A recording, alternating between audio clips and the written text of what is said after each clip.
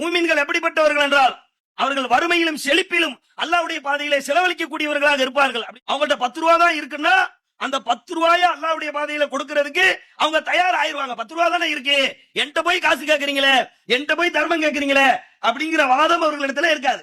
வல் காலிமீனல் கைல், அவர்கள் கோபத்தை மென்று விழுங்குவார்கள்.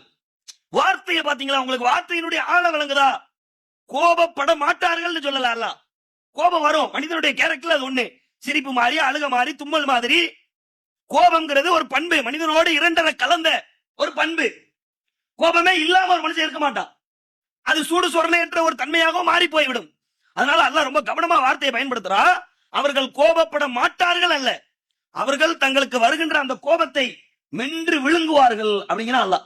வல் காலிமீனல் கைல் அப்படின்னு சொல்லிட்டு வல் ஆஃபீன அனின் நாஸ், அவர்கள் மனிதர்களை மன்னித்து விடுவார்கள். மூமின்களிடத்துல இருக்க வேண்டிய முக்கியமான பண்பு, மூமின்கள் இப்படித்தான் இருப்பார்கள் அப்படின்னு என்ன செய்றா அல்லாஹ் திருமறை குர்ஆன்ல சொல்றா.